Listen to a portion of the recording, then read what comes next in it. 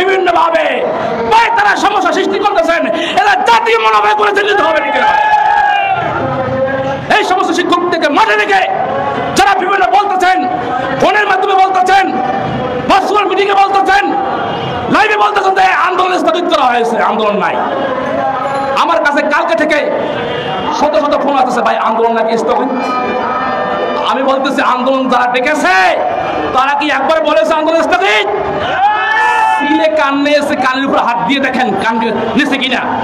অন্যের কথায় কেন আপনারা শুনতেছেন? আমার কথা হলো হয় এই 30 দিনের আন্দোলনের ভিতরে এইরকম শত শত সমস্যার এই সমস্ত সৃষ্টি করছে। বিভিন্ন কথার মাধ্যমে এই কথাগুলোর প্রশ্নের উত্তর আমরা দেবো না আন্দোলনের সময় দেবো বলেন? বিভিন্ন শিক্ষকরা আমাদেরকে এইভাবে ফোন দিয়ে হয়রানি করতেছে, আন্দোলনটা বন্ধ। আমরা যাবো কি জন্য? আমরা রওনা করছিলাম, যাই লাভ কি? এতগুলো কথা, এই সমস্ত কথা একজন একটা কথা বলে আর 100 কথার উত্তর দিতে হয় আমাদের। এই রকমের সমস্যা সৃষ্টি করতেছেন তারা আন্দোলনের ভিতর থেকে, এসব সৃষ্টি করতেছেন জাতীয় মনোভাব, জাতীয় বেঈমান। শিক্ষকরা রক্ত জড়িয়ে, সময় শ্রম দিয়ে, অর্থ দিয়ে দুলাবাড়ির ভিতরে প্রেস ক্লাবে ঘুমাইতেছে, আপনি ঘুমান না। তারা সমস্যা সৃষ্টি করতেছেন, আপনাকে দেখা যায় না প্রেস ক্লাবের সামনে, আপনাকে আন্দোলনের মাঠে দেখা যায় না।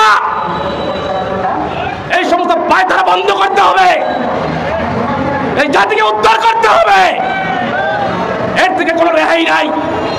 সম্মানিত শিক্ষক ভাইরা এখানে যারা আছেন, আমি মনে করি গ্রামে সেকুনি আছে, সেকুনি দিয়ে যা থাকে সেটাই কিন্তু এখানে আছে, ঠিক কিনা বলেন? আরে বেড়াই শতভাগ যোদ্ধা নিজের জীবনকে, নিজের আত্মমনকে বিসর্জন দিয়ে এখানে আছে, ঠিক কিনা বলেন? এই সমস্ত মানুষরা, এই ধুলোবালির ভিতরে শুয়ে থাকা মানুষরা, ঠিক কিনা বলেন? হ্যাঁ, তারা শুয়েছে, ঘুমাইতেছে দিনের পর দিন, কি জন্য? মাদ্রাসাকে রক্ষা করার জন্য, ঠিক কিনা বলেন? অতএব এখানে আন্দোলনরত